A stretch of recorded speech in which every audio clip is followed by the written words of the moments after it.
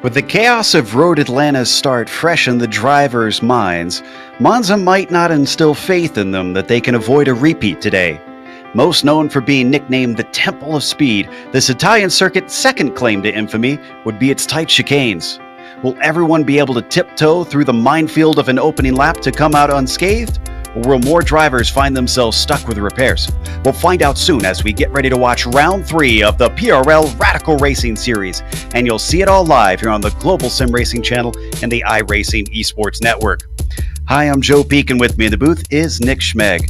Behind the scenes is our director Sean Crackers Ambrose, and he's using cameras provided by Dougie Beard. Nick, in terms of purpose-built racetracks, this place certainly is one of the granddaddies of them all. Yeah, absolutely. Here in the PRL Radical Series in rounds 1 and 2, we saw all of these cars race hard with some very high speeds. Those speeds are only going to get higher tonight, though, because like you said, Joe, we're at what was built in the 1920s to become the very daunting Temple of Speed, Autodromo Nazionale Monza. Over the past century, Monza's shape has changed quite a bit, seeing things like the deletion of an oval portion and the addition of a few chicanes, most notably that tricky Turn 1. There are only 11 turns here at Monza, but each one provides its unique critical importance. The two Lesmos, Ascari, and the Parabolica are just 3 of those challenging portions. Located just outside of Milan, the historic racing venue takes up nearly 6 kilometers or 3.6 miles of asphalt. The draft is going to cause some headaches tonight for the drivers, but even without the traffic, Monza is problematic enough. To get a better look at what the drivers are up against tonight, the best way to do so is to jump on down to that long front straightaway to begin the GSRC lap guide.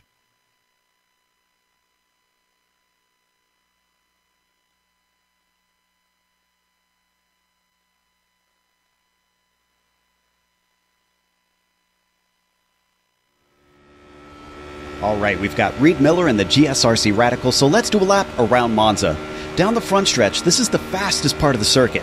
Pass attempts will be likely here if they haven't already gone by due to the draft. It's not going to be easy if you're in a game of chicken because you're breaking into the slowest part of the circuit, Rettifilio.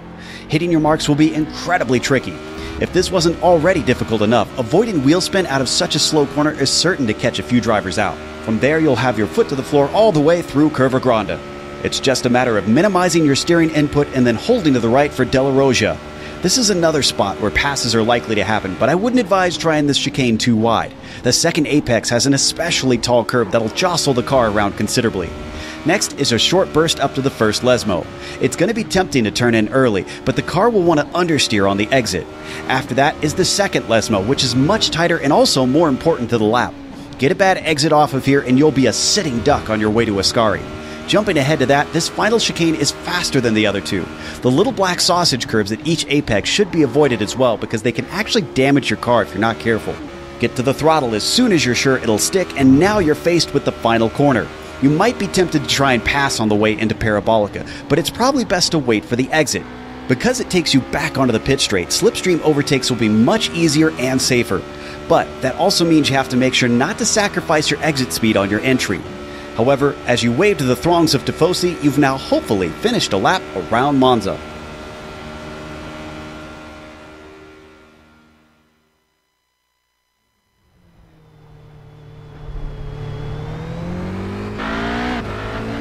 PRL Radical Racing Series is, of course, brought to you by Dream Vacations. Dream Vacations provides completely customizable vacation packages from your door to your destination and back. Go to travelwithanangel.com and let us worry about the details. Big thank you goes out to Dream Vacations for sponsoring this season of the PRL Radical Racing Series. As was mentioned, we've got 2 rounds that we've run, so the points as they've shaped up have left us with the newcomer, David Unger, up at the top with a 2nd place and a win. Obviously, very hard to top that. Michael Overbay has been doing decently. He jumps up 4 positions there into 2nd place in the points, and Owen McLaughlin himself jumps up 3. Harmon stays where he is. Now, Rim Ambrosi did not have the best of races. That really wasn't his fault. You can't blame him for that opening lap crash. He did come back and was able to salvage himself into 5th place, only a point behind Harmon for the moment. So what does that do for the team's championship? Do we see a lot of shuffle there, Nick? Well, we do see a great deal of competition over there in the team's championship still, and a little bit of shuffling here and there. Left side drive racing moves up most notably in the shuffle with Harman and Unger. They had a great week last week, the top finishing team, of course. They move up to the top, and a big gap, 23 points all the way back to Alpine Stars Geodesic Racing, who did not at all have a good week last week. I think they were about 5th overall in the team results there. So not a great week for them. Overbay and Padovani looking to rebound tonight. Crash for Cash, those guys are up to 3rd with Wildridge and McLaughlin there. 39 points back, with just 1 point further back is Banana Split Racing, and Fraley's Auto Body team remains in 5th. Still a lot of racing left to go in the season. That could still change around. Let's take a look at what this race has in store for us today with the race details. As you can see, we are in round 3 with a drop week in the points. So some of those drivers who found themselves in part of that opening lap melee, we'll discuss that a little bit later here. They will be able to drop that race if they didn't manage to come back and get a good result. Now, they do have a restricted fuel cell that you can see on these cars. That means that unlike the real cars, they can only put so much in, and then the sim stops them. That will force one scheduled pit stop for fuel during this race, this 45-minute long race. They've also got an incident cap that will disqualify you if you go over it. Immediately, you will be removed from the circuit, and they have no spare car if you get any sort of damage, which could be likely out there today with the high speeds, the tall curbs. I would be surprised if we saw a little bit of bent up sheet metal.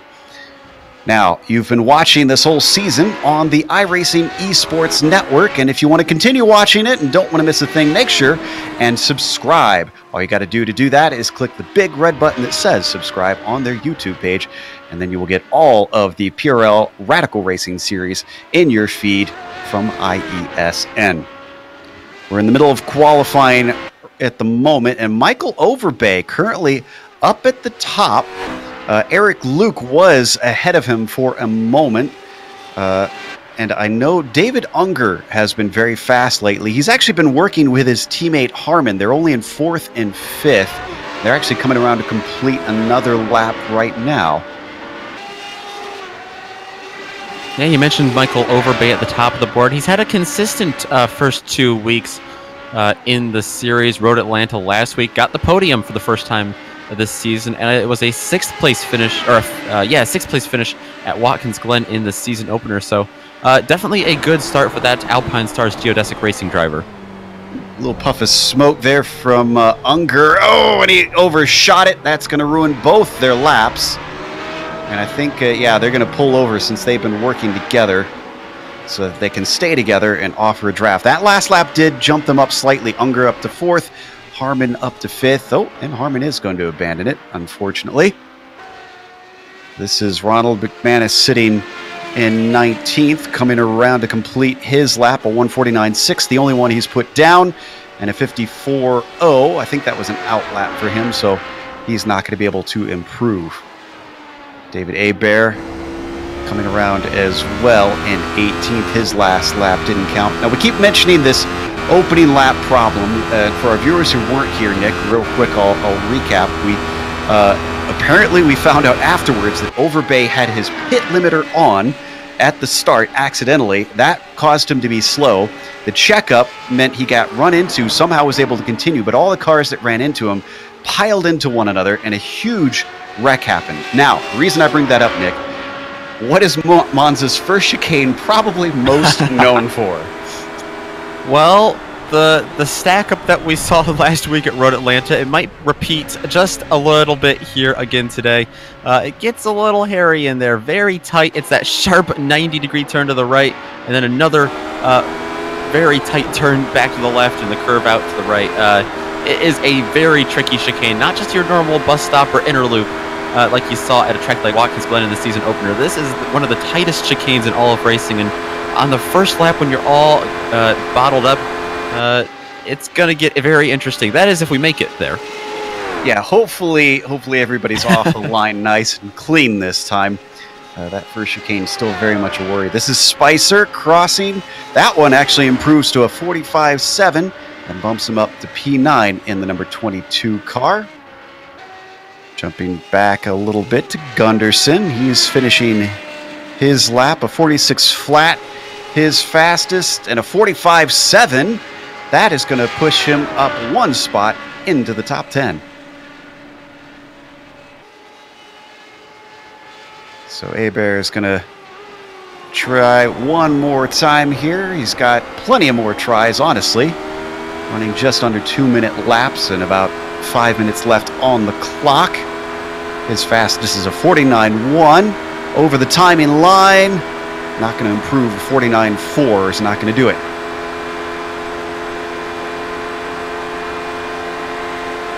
So we got a new driver here today, the number 9, David Cristelli. Just recently joined the series. He's currently running 13th in qualifying.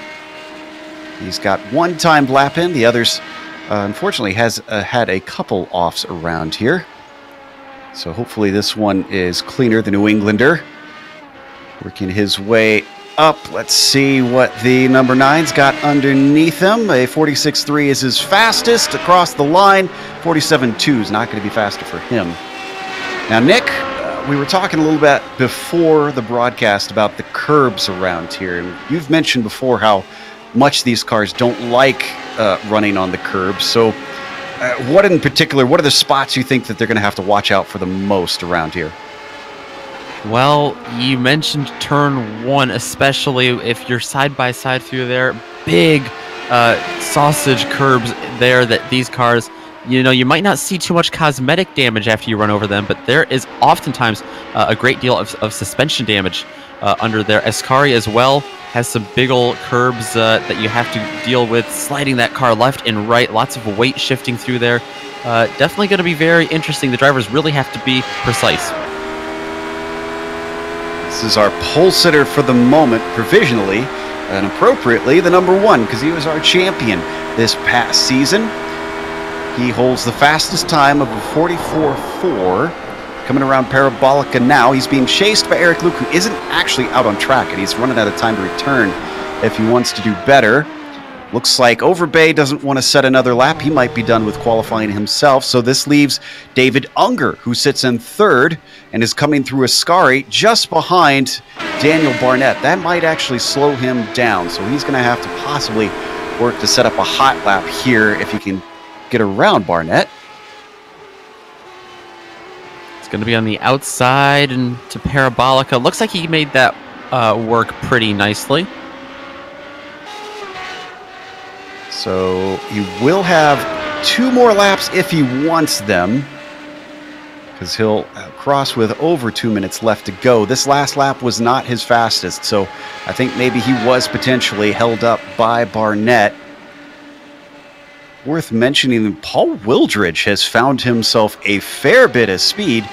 He tends to be around the top 10, but he's currently sitting 4th. This is a phenomenal qualifying effort from that light blue machine. Wildridge does have a lot of momentum from last week. Road Atlanta started towards the back, got to that lap 1 traffic, and finished in the top 5. So great result last week for Wildridge down there in Brazelton, Georgia, and looking to carry that momentum across the pond with him today. Doing a great job, like you said, so far of that. Yeah, that lap was not faster, unfortunately, for Wildridge. So let's see, who else do we have possibly close? So Gilman, who currently sits in 18th. He's got about 3 timed laps in. I think he's on a flyer here. Looks like he should be. Oh, but he's got a bit of damage on the car. Well, that certainly won't help. Yeah, it definitely won't. This track is pretty aero sensitive. These cars in general are, but this track especially, it's going to cause a lot of peculiarity in the aero sensitivity of these cars, with these long straightaways. Guillaume did not jump up in positions, but set his best lap. This is Christian Gritzko. Now, he's been a very good qualifier, but not the best of racers. And in fact, a very, very good qualifier. This last lap moves him up to the top 5 on the grid. But 7 points in the first round. I'm not sure where exactly that puts him, and I know he DNF'd last round. This has been a bit of a miserable opening 2 races to the season for Christian. Yeah, he hasn't, out of the 2 races we've had so far, has not qualified outside of the top 3, including a pole last week at Road Atlanta. So a very, very fast car in that number 28 machine, but sitting 5th right now. Tyler Gore down in P16. He's got a little bit of a slipstream from Owen McLaughlin up in front of him. And Gore's last lap was his best, a 46.5. That gets him no higher, unfortunately. He stays 16th. So we keep checking in on David Hebert, was as high as 18th, but he's since been bumped down a few positions. His fastest time is a 48.8. He's coming around the Mid-South driver off of Parabolica. Let's see if this is going to be any better. We're waiting for the checkered flag to come out on this session. Actually, has the checkered flag already come out? Oh, excuse me, the checkered flag is over.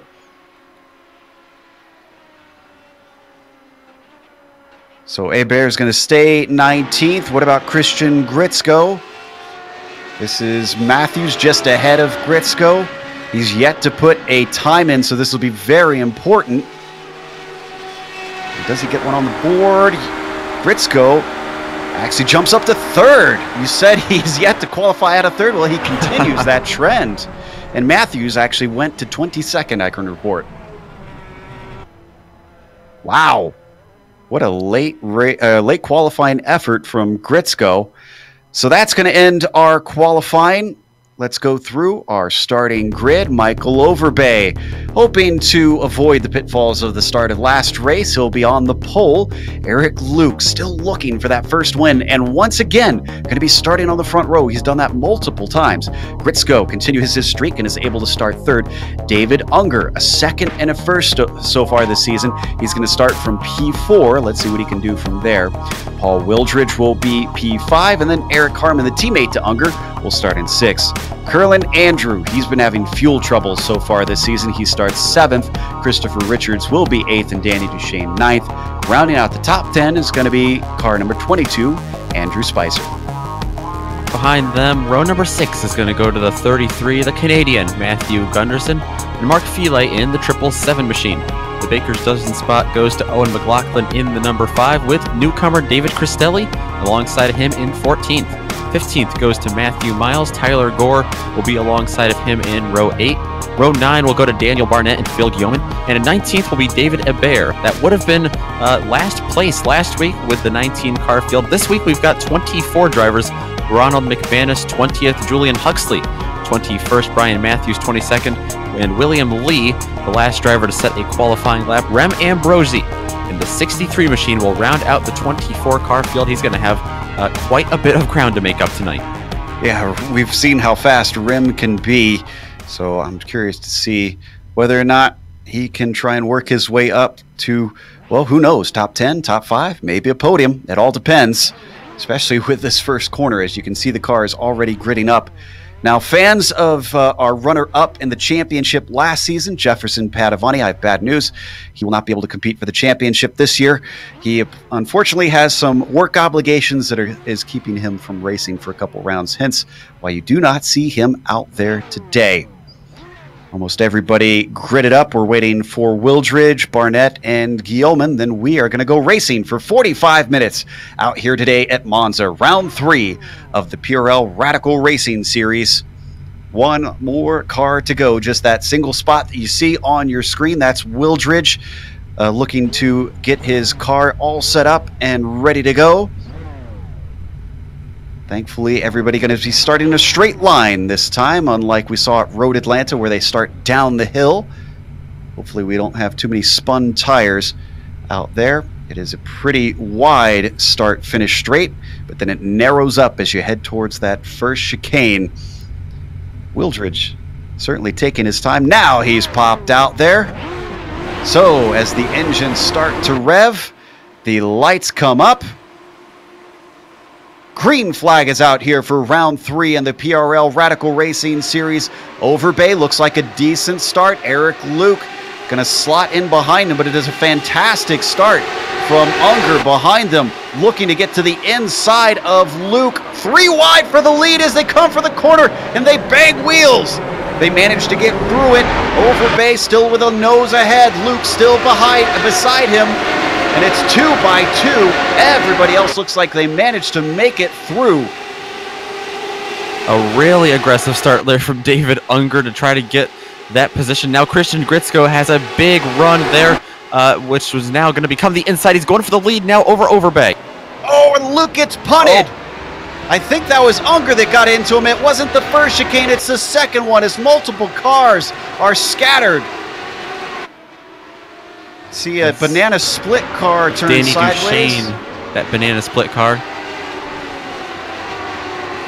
We'll go back to the replay in a bit and really try to break that one down. Unfortunate that we saw some damage out of that one. You can see a few cars running wide out of the second Lesmo. David Unger, one of those, unfortunately falling downwards. He's all the way to 9th in the thick of a battle behind McLaughlin and Gunderson. Now they hit a Sky. Who is that for third? That's Wildridge. Wildridge off the track with a cut course. This is not going to be good.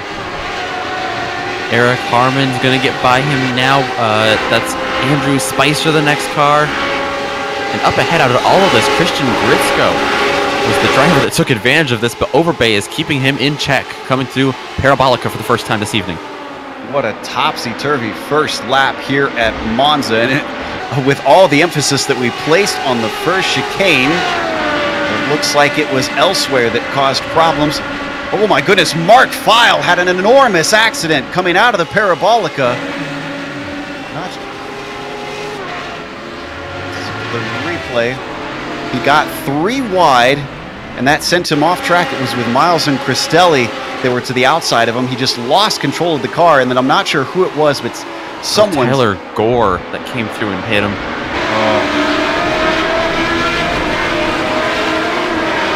Yeah, just that inside grass. Gore, not expecting him, sends him flying into the Armco. Let's watch from the Canadian's perspective. Sees it start to happen. Oh.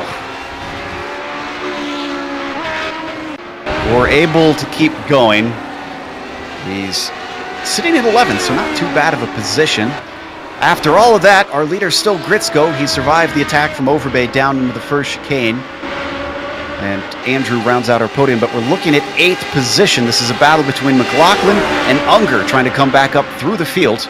Now, Unger made contact in that second chicane, De La Rogia, and I'm wondering, you can see the damage, Nick. Big damage, especially on that front left. Bad news on a track where you want to be fast in a straight line. So David Unger doesn't look like he'll necessarily repeat his podiums he's been racking up here in this rookie season, unless some more wild stuff happens or he's just incredible racing with damage. He did manage to get by McLaughlin, now up to 8th, and he's hunting down Gunderson ahead of him.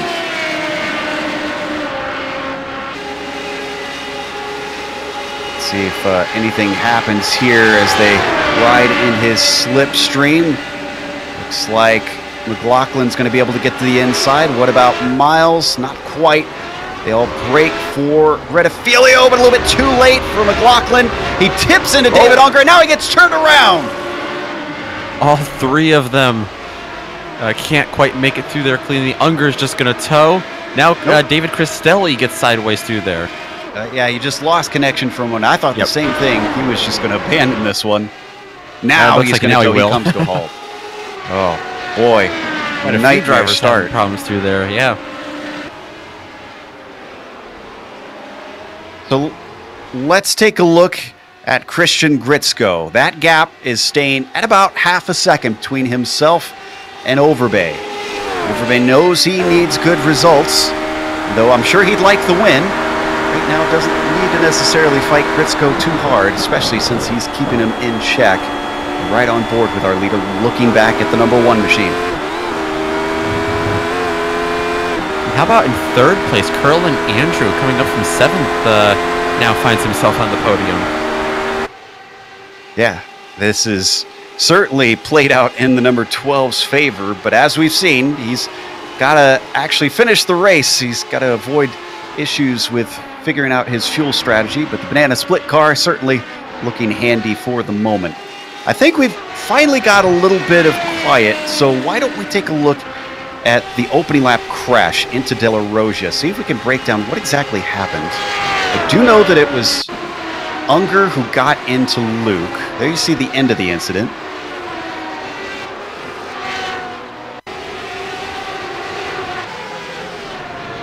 It looks like didn't quite backing up quite far enough. Let's see, here we go. Got run into from behind by Unger.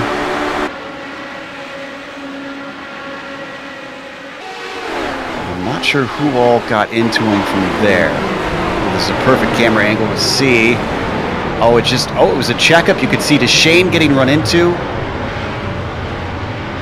And then drivers were essentially just trying to brake harder and turning the cars around. Yeah, Duchesne took a shot there from the 49 of Christopher Richards behind him, it looks like. That's the car that lifted him up into the air and kind of got sideways over the curbing. Then Richards took a shot from David Cristelli coming through there as well. Lots of cars just bouncing off of each other. As we come back live, we got a battle for 5th. This is Andrew Spicer and Matthew Gunderson. Both of them having climbed the same amount of position. So we want to fast forward back to live action. Gunderson definitely giving quite a challenge. Looks like Paul Wildridge has taken it into the pits as well. I think he took a tow to the pits this last lap. He was running 5th at the time. This is the battle for 5th now. Let's see if I can spot. Nothing really happened to him. Yeah, I think just maybe a software issue or something. Just pulled off the road, parked it, took a tow. Well, that's unfortunate. In the meantime, looking at 8th position now. Ooh, side by side, McLaughlin and Gore. We've seen these two in a fight before when we had Unger amongst them. He's since towed into the pits, which we saw earlier. Both of them navigating Redifilio just fine. In fact, we have a lot of cars sitting in the pits. Wildridge in there. Unger is in there. Richards, unfortunately, parked file. William Lee. Duchesne is already retired. Barnett has also DNF'd and left the server. De La Rosa, we ride on board with McLaughlin, looking back from the rear at Tyler Gore. Looks like McLaughlin might have a little right front damage as well on this number 5 machine. Looks like a pretty clean car for the 77 of Gore behind him, so don't know if there will be any damage there. Oh, problem with David Cristelli, a few cars behind him. Yeah, it looks like the driver in his first race had to brake a little hard because Guillaumin had an off in front of them, and then he tried to return at the wrong time. Yeah, that really threw him off, it looks like. Guillaumin's little mistake there in front of him. And it was Ambrosi who got into him. You see it from above here. That's Ambrosi. Oh. Ooh. Yeah, he took a hard lick. Fortunately, the Australian driver probably was not expecting him to come back out onto the racing line at that moment. A couple of bonus spots for David Hebert there, who got through cleanly behind him. Boy, David Hebert from 19th now to 11th. Back to Spicer once again, and it's a lot closer this time. Gunderson on his tail. It's going to be the inside into De La Rosa. Oh, and they bang wheels. Actually, a little bit of contact between them. Dead even on the brakes. Can Gunderson get the power down? Yes, he can. With a little bit of elbow grease, the number 33 takes P5. Let's see if Spicer can get any kind of slipstream behind him here. They make their way through the Lesmos now. Oh, hard on the brakes, Spicer. They manages to get off the corner, just not as good as Gunderson. That certainly cost him some time and an opportunity as they come to the braking zone for Ascari. It's already been very, very attrition-filled here in round 3. We're a mere 10 minutes into this race. If you're just joining us, our leader is Gritzko. Overbay is in second, and Andrew is in third. And actually, if we, we don't have to go to it now, but Gritzko actually not too far away from Overbay. Overbay really keeping him in check here. Look at the side-by-side action. This is Miles in the pink car, Owen McLaughlin and the blue machine. Going to stream down the front stretch. Miles going to get a nice little tow. Oh, but look at him start to drop off. I think that might have been a lift. Yeah, I bet he doesn't want to be tucked up underneath the number 5 there on this heavy braking section. Oh, a little bit of a slide through that heavy braking section from McLaughlin there. Manages to keep it gathered up, though, and he'll hold that position down. Yeah, we haven't talked about how little downforce these cars probably have at a track like this. This is certainly a downforce car, so I'm sure they're a handful in the slow sections. Yeah, definitely getting back on the power. You got to really kind of nurse it back on the throttle. Even hard on the brakes, the car really likes to snap on you. Putting some pressure on now. Matthew Miles, who we mentioned last race, kind of was quietly running some good races, although he ran into trouble at Road Atlanta. He was another one of the. He was actually the first one to the scene that when Overbay had that bad start. Just staying right in the tire tracks of McLaughlin down into Ascari, but not close enough to attack. Behind them, that car that you see is Tyler Gore, and suddenly Overbay is starting to run down Gritzko. It was close as 3/10. It's now back up to 4/10 between them, but he's got the slipstream. Our champion from last season set the fastest lap of the race, and he is now starting to make it a race out of today. Yeah, he definitely utilized that draft to give himself that purple lap there. Let's see if he can utilize that draft to get around Gritzko, though. He's looking awfully fast. And the good news is for Overbay, but bad news for Gritzko, naturally, is that Gritzko has been mistake-prone. So I wonder if Overbay has been watching that and paying attention, and if he's thinking he doesn't necessarily need to attack and maybe just wait and see what Gritzko himself does.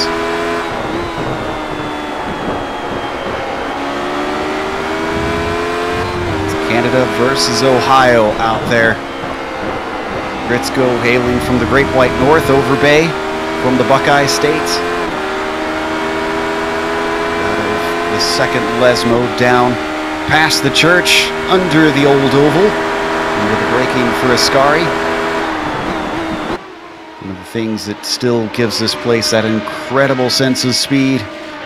All the parkland, beautiful scenery on either side of the track. Drops off a little bit this time, back to 7/10. So it looks like Overbay's threat has lessened. Let's head back to McLaughlin and Miles once again, because they are still well tight to each other.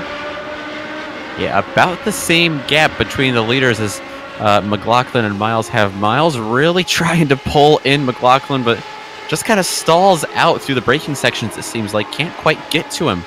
But he is definitely got him not quite in striking range there as they go through Parabolica. See what kind of run they get out of here. This is where Miles wants to get that good exit. Matthew, maybe just a little bit too far back, but a decent application of the throttle still allows him to hold on to the number 5. Certainly no attack up to the Rettifilio chicane. So we still have 14 cars left on the lead lap now that we've gotten a third of the way through this race. The vast majority, in fact, I would say all the cars that are a lap down are not due to pace, but due to incidents that we've had out on track. A few of them have returned. Wildridge has gotten his machine out as, wow, Miles looking very strong down into De La Roja. Can't take advantage of a little bit of gravel running from McLaughlin out of that second chicane. Also had Eric Luke bring his car back out. Christopher Richards has returned to the track. William Lee also has returned from repairs.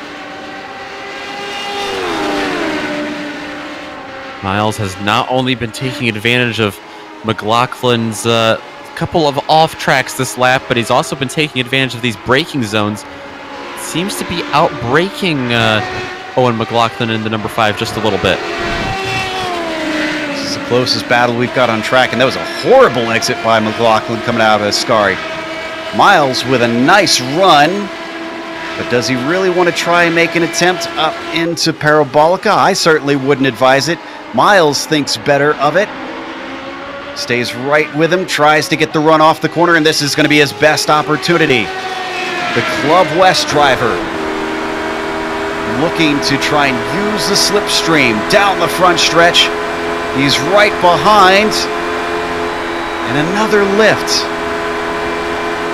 Not going for it now. Maybe a little bit of fuel conservation for Matt Miles, the driver out of Colorado. Oh, in front of him, Owen McLaughlin hard over those curbs in turn 1.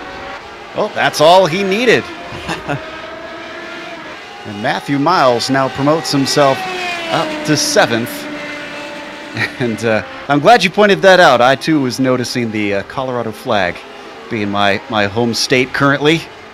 Glad to see some racing representation out there. I do think it is one of the nicer state flags visually.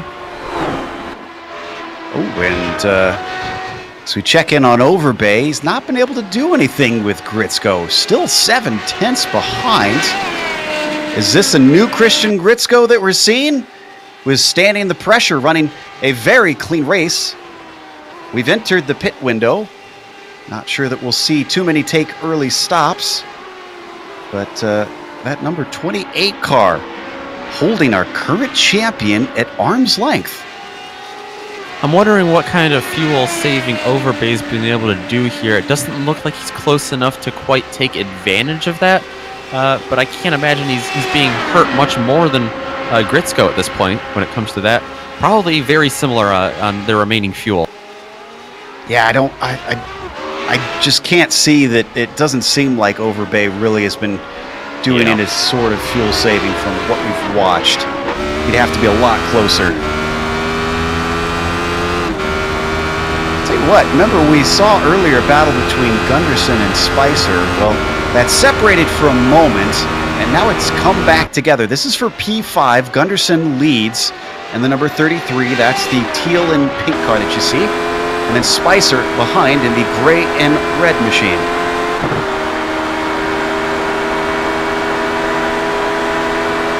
This is about 5 seconds up the road from Miles, who we were watching before. So if they do start fighting, that could offer another opportunity for Matthew to keep moving his way forward through the field. Gunderson, both of these drivers taking advantage of that lap 1 and the first couple of laps chaos that we saw here at Monza tonight. Gunderson started 11th, Spicer started back in 10th, and even the drivers behind him started far outside the top dozen. So great taking advantage of all of that with a great start for these guys in the back, very cleanly. I have to agree. Gunderson trying to keep this 5th place as Spicer continues to hound him, but it seems like drivers struggling maybe to get right up behind each other. Everyone seems to be saying close to 3/4 of a second apart on track, and if they get close, it's suddenly the opportunities don't seem to be there, which surprises me in a track that's known for draft battles.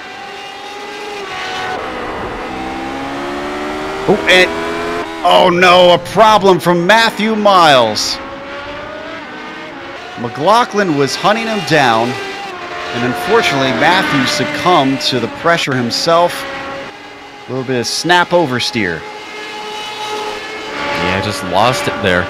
started to turn in on him, and the rear end slid out to the left, and like you said, that oversteer tried to correct it, and it sent the Colorado driver spinning. No damage on that 14 car except maybe some flat spotted tires. And one rocky lap, unfortunately, sets him backwards down to 9th after he was looking at a potential top 5. 24 minutes left to go on the clock. He could still recover. Looking through the field, certainly took one of the battles out of our hands. That leaves only Spicer and McLaughlin and Gritzko and Overbay close to each other. Everybody else has been spreading apart. Yeah, even this gap for the leader has been spreading apart as well. Gritzko has begun to open that gap up a little bit. You see there, almost 1 whole second over Overbay now. And 28 isn't without damage. You can see on the left side of the car, just a little bit wrinkled. And if I'm remembering right, wasn't he one of the ones in the very first chicane on the very first lap where they came together and banged side to side? Yeah, I believe that is correct. They have very hard racing, so definitely has a little bit of damage from that as well, I'm sure. Despite that damage, Overbay was the other one actually that he ran into, so maybe Overbay's got mirrored damage on his car, and that's partly why he's unable to chase him down. We watch the gray number 28 continue to lead this race. As did I see some lap traffic? Yes, indeed. Eric Luke is in front of him. Now, Luke is one of the drivers that had to return after an accident early on. Got a little bit of a shove in De La Roja. Got turned around. Got to be a disappointing race so far for Eric Luke. Finished second last week at Road Atlanta. I'm sure he was hoping to carry that momentum into Monza tonight, but this one's going to end up very similar to his Watkins Glen result, which was also multiple laps down. Luke becoming something of the Chris Amon of the Radical Racing series. Can't seem to get a win, and luck just never seems to be on his side. Do have a battle brewing for 8th. Miles, who sent himself spinning down to P9, has already regained Tyler Gore, the number 77. Looks like he is lacking pace in comparison to the number 14. This might be easy pickings. Yeah, I'm thinking it might be Miles, like you said, trying to fight his way back here. So after his spin in the Parabolica, he knows he's faster than him. You could see out from the front of Matthew Miles' car, just getting closer and closer. Is this going to be enough to use the slipstream on Gore? This is a great exit from Matthew Miles. Last time we saw this, he kept lifting. Is he going to actually make an overtake here, or is he also going to lift again? He's getting right up behind him. Now he ducks to the inside. Matthew Miles going for the pass down into Rettifilio. He's got the inside line. They're almost even on the brakes. Miles a little bit stronger over the curb. But did he get a cut course? Yep, he took that a little too tight. Next car behind him is Paul Wildridge, but not for position, so I don't believe Miles is going to lose any spots here as he's starting to get back up to speed. Yep, Colorado driver, unfortunately only riding high for a moment, and then he had to hand it back. So... Oh, Tyler Gore in front of him is off the track. Well, this will be a nice little gift. Gore hands not only that spot over, but... Wildridge's a lap down, so that's not for position. So let's look at the replay of Gore. Did he just simply outbrake himself? I think so. I think he just missed his braking point there and safely went off track and avoided those big curbs. Yeah, I think he decided it's better to just take the cut course than get damage going over the sleeping policeman. So, thankfully, that only loses him the one position, which is ironic since Matthew Miles, in his attempt to pass him, had to hand it back due to a cut course. But unfortunately for Gore, his was worse. A little bit behind them, Phil Guillaumin. He's got David Cristelli, the newcomer, already looking to the inside. This is down to Ascari, but David not brave enough on the brakes. He's going to back out of it. And while that's happening, we have a few takers in the pits. Gunderson, Spicer, Gore, all in. It's a look to the outside here for David Cristelli. I think he's going to have it here down into Parabolica. So it's going to be another spot there for the number 9, the newcomer and the New Englander. Yep, he started 14th, slowly moving his way up. Gunderson's already finished his stop. He's back out. Same thing with Spicer, returning to the racetrack. Gunderson is going to get back in 7th, maybe 8th. Cristelli's actually coming up on him right now. There's Gore returning.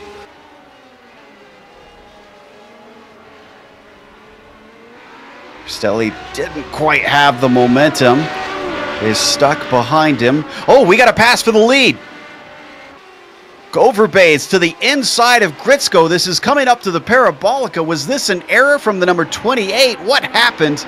He's got the outside. Overbay is going to try to get the power down.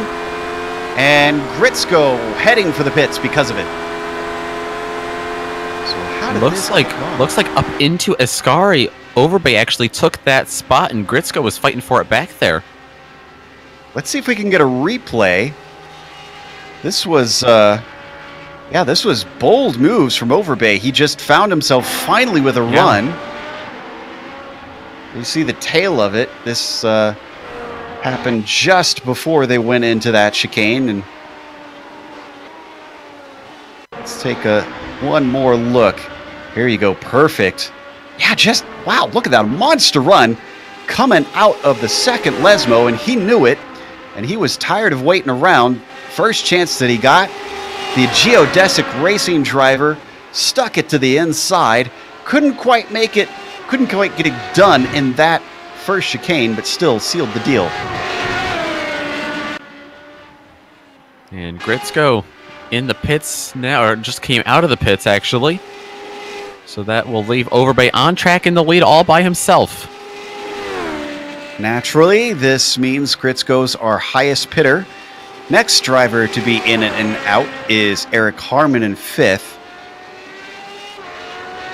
Matthew Miles just finished his stop, I can report. Cristelli coming in for his and just hit his stall.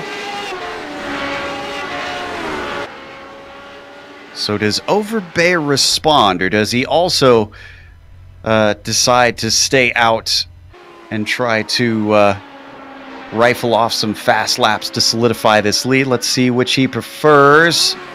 He's holding right. Sometimes that can be misleading. He is going to pit. He will indeed. Curlin Andrew behind him will also come in, surrendering that spot. And McLaughlin's the last one of our leaders that needs to pit. We're still waiting on a Bear and Huxley to take scheduled stops. Where is Gritsko? Gritsko's coming up to the Parabolica right now. Pit stop time looks good for the number 28. Overbay still stationary. We're looking at about 18 to 20 second pit stop times. He's up to 16. Oh, it's a very fast stop from Overbay. 16 seconds in his stall. Maybe he did save fuel. Where's Gritsko? He's got speed. He's coming up behind him. Is it enough? They're coming up to the braking zone. He's by him. He could see a brave move on the brakes, but no. Overbay can't quite do it. Oh, a little bit too hot. Gritsko tries to get back to the power. He just barely holds on by a thread. This is not over at all. Overbay to the outside. He's got the run for sure, but on the outside that might stall out just a little bit. Tight braking zone here. Oh, he's brave on the brakes, but too brave. Oh, and they come together. Gritsko holds on to it. He keeps from going completely around. Michael Overbay takes the lead. Hopefully that did not damage Gritzko's suspension that was right on the corner of the car. Doesn't look too bad as far as damage goes for Gritzko. Let's take a look at this again. Can we get an onboard with Overbay for this? So on the first chicane, it was Gritzko who overshot himself. Second chicane, it was Overbay. Here we see that's Gritzko to the side. Overbay trying to collect the car. Oof. I don't blame Gritzko for trying to whip around him.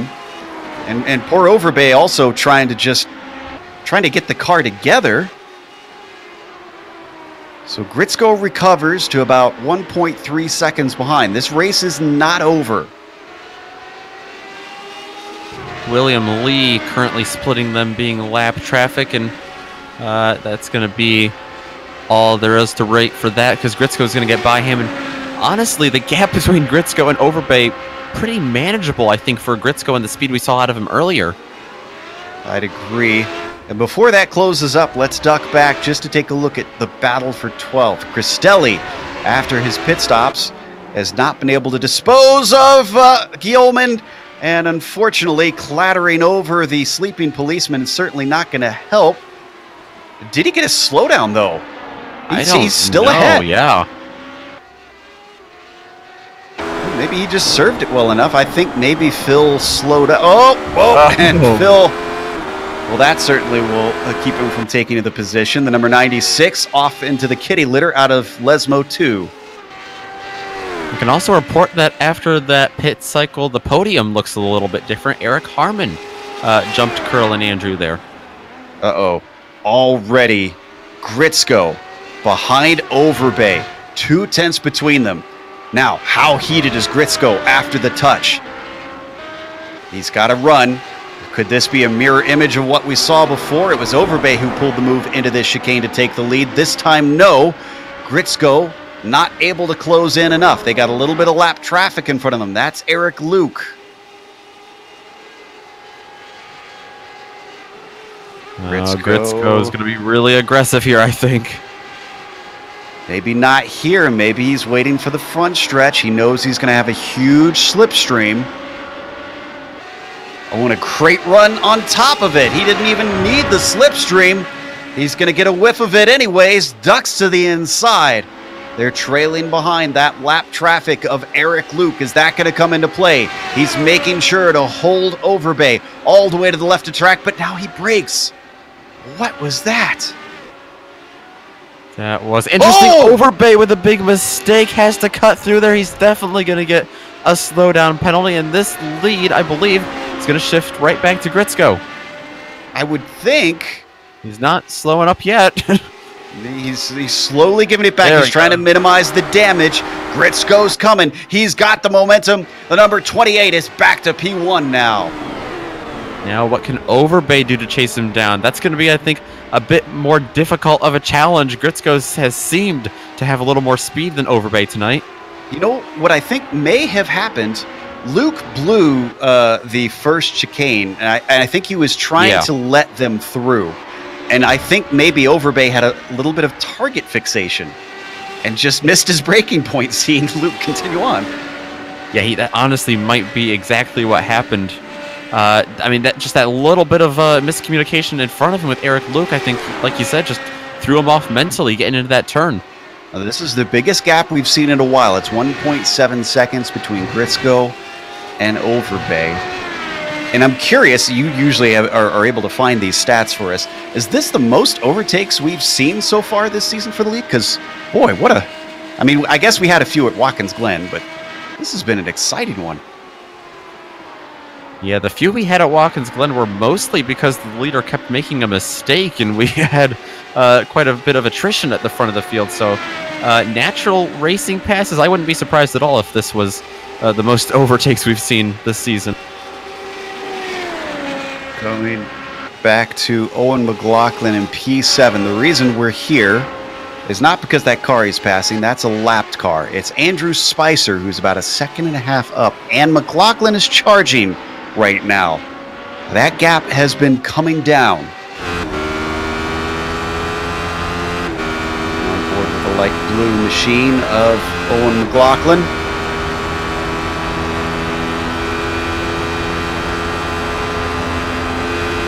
And as that's happening, I can also report Cristelli continuing to make a charge forward. Actually, Cristelli's going to get a position right now. This is David Hebert, who seems very slow in a straight line because the number 9 car already has a nose ahead, but he's going to have to outbrake him down into Ascari.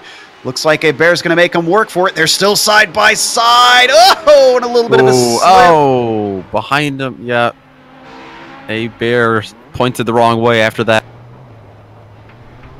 Gets it going, but he loses out to Phil Guillaume, unfortunately. Let's take a look at that from onboard Hebert. See if we can see what the hands are doing. Maybe another case of that low downforce just not doing well with trying to go off the racing line. Maybe the curb a little bit too. Yeah, I think he just ran out of room there, and so many limited options you could do inside the cockpit when that happens. Just kind of lost handling. Already had a damaged car, remember, too. This is true. Oh, and look at how close this battle is getting. That's McLaughlin and Spicer. They were very, very close through the Ascari chicane, but McLaughlin can't get the exit that he needs. He will be within the toe once they get to the front stretch. Let's see what he can do with it. We're going to have lap traffic in front of them. William Lee is ahead. Oh, and a spin from McLaughlin and a spin from Spicer. Did they actually make contact? Yeah, just very odd coincidence there. No, I was wondering if netcode had anything to do with it, but there's a huge gap in between them. Yeah, I went back and watched myself. I'm pretty sure there was no contact. McLaughlin starts at first, and then suddenly Spicer starts to join him in sympathy. Unfortunately, Spicer actually hits the wall. I'm not sure if McLaughlin did. If he did, it would be the inside wall.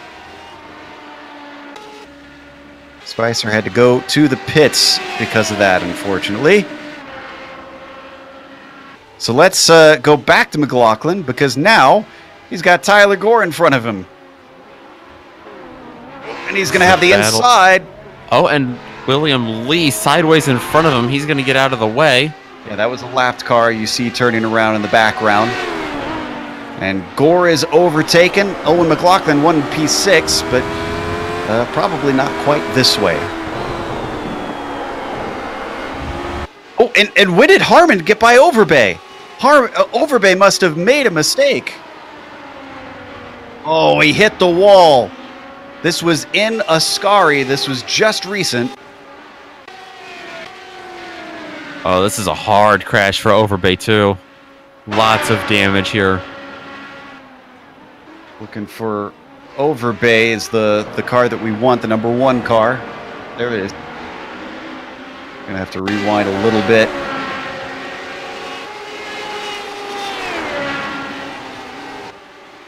Is it the curbs? It looked a lot like what we saw with Hebert, except he didn't whip it back the other way in time. Yeah, exactly. And Overbay has so far only lost second to Harmon, but he's got Curlin Andrew not a whole lot longer behind him before he loses that spot too. I would assume with all that damage on the number 1 car of Overbay, he's got to lose that spot in the next 5-6 minutes. It is looking like a trash heap. But what about Andrew? I think he might have a little bit of damage on his car. That's not Andrew behind. There he is, the yellow machine. Actually, no, I think Andrew's clean. I think so. I think he is one of the few survivors out here tonight. Yeah. I think that was the lap car that we mistook for Andrew. So yeah, he's closing at a rate of knots. It is now less than a second between himself and Overbay. This will be a very happy podium for the number 12. Easy pickings. Next car behind them for position is Matthew Gunderson. who's definitely, he already has Overbay in his sights going into Parabolica now. I think the bleeding will stop after that. With only 5 minutes left, Gore is a whole 25 seconds behind Gunderson.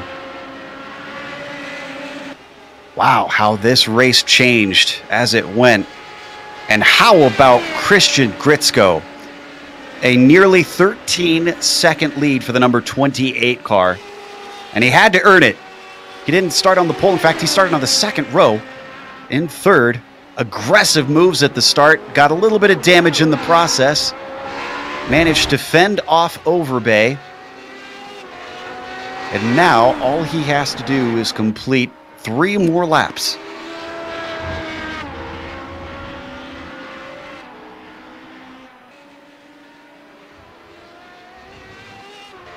Gunderson just got Overbay. I can report he's now down to P5. Don't think it's worth showing the replay. It was simply Overbay limping around at this point at very low speeds. How many cars do we have left? We actually have quite a few cars left. Despite not having a spare car, many people have returned from damage. We do have a little bit of a battle farther down. Wildridge and Luke. Not a... Well, looks like... just in front of them, there was a spin with McManus as that was happening as well. McManus is currently running 12th. Not sure if we really need to go to that. Want to see if Luke can grab this one. Started this race on the front row.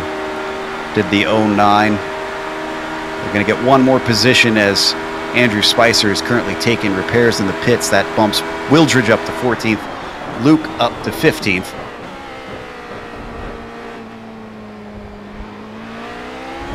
Yeah, both of these cars have obviously had rough nights, but just that little extra position for the few extra points that Luke would gain here would mean a lot. Overbay has just taken it to the pits as well. Might be a meatball flag on that car. That would be my guess. I don't think he had reason to come in considering his pace was good enough to keep Gore behind, but now Gore easily breezes by on the front stretch. Ah, my goodness. Poor Michael Overbay. Our champion is got one podium down and a decent finish at Watkins Glen, but this one's going to hurt to try and retain that crown, especially with what we're seeing from some of these other drivers. This one will certainly turn it over because our points leader, David Unger, who's still running, is down in 18th. Who else do we have? This is Unger that we see on screen now. Overbay now having his problems. He was second in the points. Owen McLaughlin is currently sitting 6th. He's 3rd in the points, so this will help him a lot. Eric Harmon actually is looking like he potentially could take the points lead as we see the white flag wave for Christian Gritzko. Harmon sitting P2 and is 4th in the points.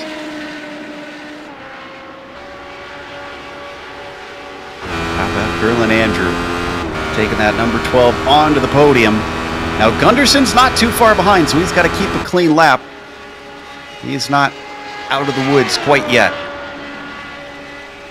Yeah, not the time that Andrew needs a slowdown penalty here. Also not the time that he wants to run out of fuel. Yeah, let's hope that he got it right this time. As much as we joke, I'd hate to see him lose out on this due to that error again. Let's give a little screen time to our leader, the number 28. He's got half a lap left to go. Christian Gritzko, 14-second lead. As much as we pointed out his problems, his self-made mistakes in the first 2 rounds at Watkins Glen and at Road America, this has been, I would almost say, a nearly immaculate drive for Christian. Small mistakes here and there. May have lost the lead a couple times, but an aggressive charge, a hard-fought battle. And I'd say this gray and blue machine is very deserving of this win today. coming down to the Parabolica. This has got to feel good. This has got to be some fantastic redemption out of the final corner. A little bit of damage on the left side isn't going to hurt him today because Christian Gritzko is going to win here at Monza. Eric Harmon going into Parabolica right now. He should be able to hold on to this second place. It's been a quiet night for him after starting 6th and making his way up through here, just taking advantage of others' mistakes and keeping his race together fairly clean. A little bit of damage on the back of that 617. You're not going to believe this. You're not going to believe this. Andrew is out of fuel. Goodness. Andrew is out of fuel, and he's going to lose the podium. Gunderson's going to take it at the line. Unbelievable. We're going to watch this one more time. Andrew made it so close this time, too, coming out of the last turn. He had the finish line just like a few hundred yards ahead of him. Not even a few hundred yards ahead of him. I can't believe all 3 races. Even he is getting on the radio now and saying that, oh gosh, poor Andrew. Well, behind him, Gore finished 5th. McLaughlin came across P6. And Matthew Miles, how about this recovery? After the problems he had, he's going to get a 7th place. And David Cristelli looking at an 8th as well, right behind him. On the lead lap, too, we should point out. Very first race for the number 9 car. I think that deserves a pat on the back for the New Englander. That's going to take, as we watch him come around the final corner, it'll take us to break here on the Global Sim Racing channel.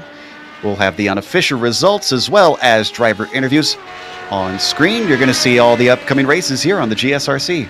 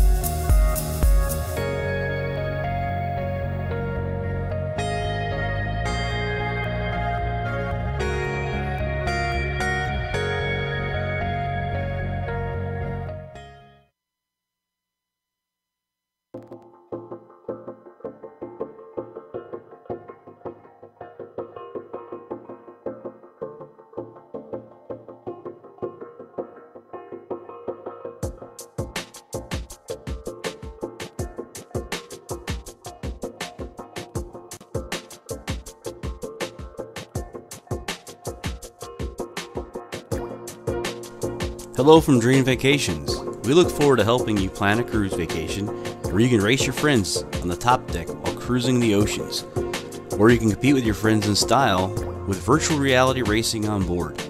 If cruising is not for you, we can send you to Germany where you can challenge the ring, or whisk you off to Abu Dhabi to take on the world's fastest roller coaster in Ferrari World. Whatever your dream vacation may be, let Dream Vacations handle the details and make that dream into a reality. Visit us at www.travelwithanangel.com.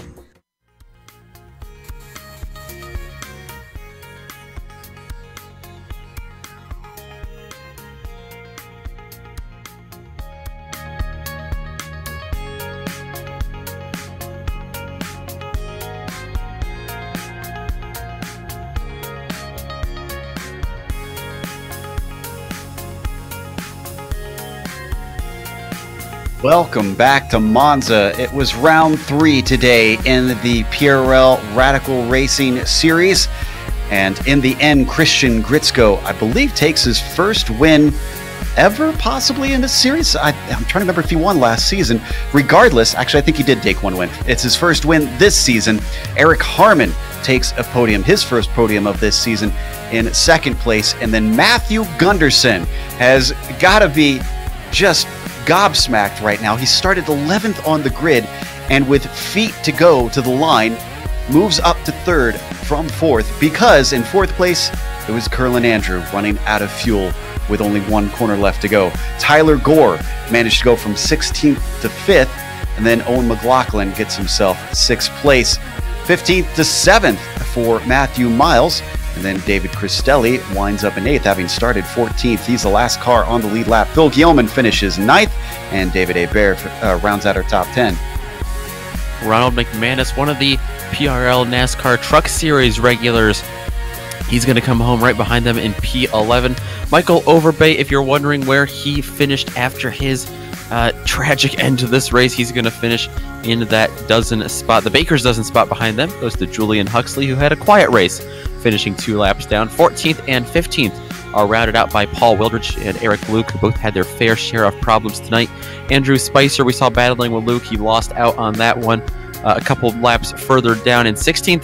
17th goes to Christopher Richards. David Unger, who has been strong in the first 2 rounds, he's going to finish 18th. 19th to William Lee, and P20 to Brian Matthews. 21st goes to Rem Ambrosi. DNF today, Mark File, 22nd. Daniel Barnett, 23rd, and Danny Duchesne, 24th. A lot of drivers ending up licking their wounds at the end of the day, but one driver that did not for once this time this season is Christian Gritzko. Congratulations on first, Christian. A commendable drive, incredible job fighting with Overbay. Yeah, thanks, guys. It was honestly the longest race I've ever been a part of, even though it was 45 minutes. I was sweating throughout every single lap that I was leading, and seeing Overbay behind me. And then once he disappeared, I don't know where he went, but I just felt like I can calm down and just take it home. Now, the first 2 rounds, we were commenting about how your car just didn't look very easy to handle. But today, you didn't seem to have the same problems. Did you have a different philosophy in your setup today, or did you not change anything? What made the difference? Well, in the first 2 rounds, I actually had a really good setups that were so good that I thought that the car could do more than than it could actually do. My teammate Rem, he's really good at making the setups, and for this race in particular, the only thing I really changed was my mindset, and just don't worry about other people, worry about my own race. And I really just put pressure on myself in the first 2 races, and for this race, the setup was fantastic, gave me the confidence to keep it clean and not really spin out. And I just had to remind myself to just enjoy the race, don't push, don't worry about anyone else. Speaking of pushing, tell us about that very first corner into Rettifilio. Going 3 wide with the leaders, that didn't seem like taking it easy, but it all worked out in the end. Yeah, I just saw a gap, and I really just took it, and I didn't really notice that I was going 3 wide. I don't remember if my spotter said anything, but I saw a gap. My car felt, under control. I didn't feel like it was loose, so I just, licked the stamp and said. It all worked out in the end. Again, congratulations on the victory. Let's see more of this in the upcoming races, sir. I will do my best. Thank you a lot, guys. That's Christian Gritzko from 3rd to 1st today. Up next, it looks like 3rd place finisher. Going to talk to Matt Gunderson. Yes, indeed, Matt Gunderson. Not quite the highest finishing Canadian in the race, since Christian Gritzko was able to get the win. But Gunderson with a podium tonight. I don't know if you expected that coming into the. Yeah, I really didn't. I was just hoping to get through the chaos in that first lap, and I managed to keep it clean all race. It was not an easy task on that hot track. Yeah, absolutely. Started way back in 11th, actually. So a fantastic hard charge to the front, gaining 8 spots there. That first 2 or 3 laps, obviously you kept it all clean. Maybe not all clean. Did you have any big problems there to start the race, or did you just sail right through everyone else's problem? I had a bit of a scare at the second chicane when there was some cars flying in the air in front. Everything was fine. Yeah, and I imagine you didn't expect coming out of the last turn, coming out of Parabolica on the last lap. I'm sure you were pretty content and happy with a fourth place finish as well. I would have been completely happy, and I got very fortunate. That's real unlucky for Curlin that he ran out. Yeah, indeed it is. Didn't see you race last week at Road Atlanta. Saw a top 10 at Watkins Glen. Did you just miss Road Atlanta for personal obligations, or we expect to see you as a series regular here? Typically, I'm a series regular, but I had a family commitment I couldn't stay away from. But I should be here every race for the rest of the season. All right. Well, you've got some momentum on your side headed into the Nürburgring next week, so we're looking forward to seeing what you can do with that. Right on. Thanks, guys. I just want to say thanks to PRL and our sponsors, and to you guys for doing the great broadcasts. We appreciate it, and we enjoy the show that you guys put on. Joe, you've caught up with someone that you want to talk to, Curlin Andrew, I believe. Yes, definitely want to talk to him. And Curlin, my first question is, do you have a crew chief, and are they out of a job tomorrow? Can you guys hear me? Yep, we got you. Yes, I have a crew chief. It's a new crew chief for the beginning of the season. And yes, he's out of a job tomorrow. So I guess our main question is, how does this happen 3 races in a row? What keeps causing you to be short on fuel? Is it just simple miscalculation? Is there damage on the car that eats up the fuel a little bit more? What's going on? Well, the first race, it was the first time I used this particular crew chief. And I didn't realize how much I rely upon the cues from the old crew chief. It would tell me 5 laps before we're out of fuel. So I knew 5. Then I would get a 2-lap warning. So I knew I need to come in next time by, or whatever the case might be. And so that's what I use all my life in iRacing. So I decided to try a new crew chief. And this guy don't give me the same cues. He just said, we're low on fuel, but we're going to make it to the end. So there is really not much to go on. So that's how I ran out of fuel the first time. The second time, I was aware of that, so I kept the fuel gauge up. And just because I was so cautious, I didn't want to run out of fuel again, I pitted 1 lap earlier than I would have normally pitted.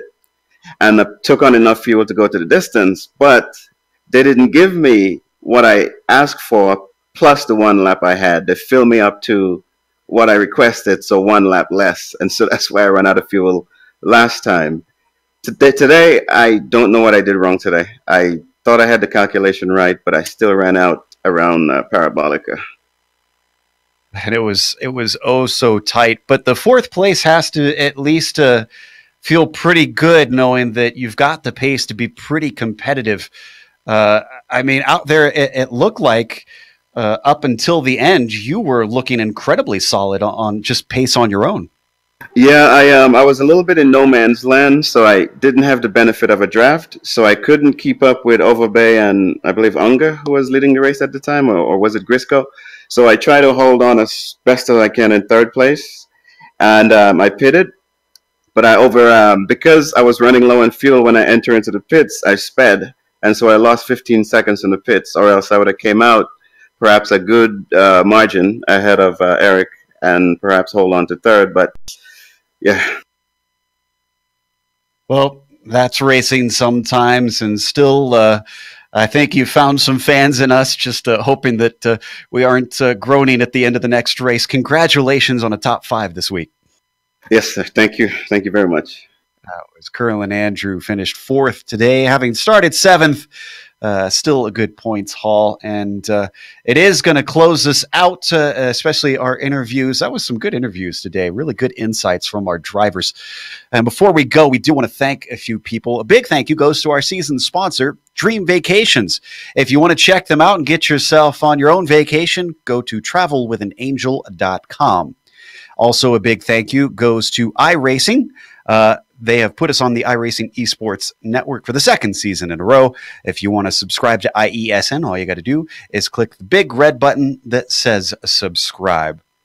Also, a big thank you goes out to our companies that provide the software and hardware to our broadcast. You can see them listed here on your screen. And additional thanks go out to June Lalonde, who provides our wonderful music. See the screen for how to get a hold of more of their great work. Thanks to the team today, Nick, Sean, and Dougie. If you'd like to find out more about GSRC, including upcoming races, you can find it at globalsimracingchannel.com. You can also check us out on social media. We're on Twitter at GSR Channel, Facebook at Global Sim Racing Channel, and Instagram at GSRC_Graham. The next race, we are going to the Nürburgring, but have no fear, it is at the Grand Prix course. We're not doing the Nordschleife in these cars. That'll be Thursday, April 11th at 9 p.m. Eastern. We also have upcoming races for other series listed on the screen, so check those out and mark them down on your calendar. But until next time, race clean, race hard. We'll see you on the track.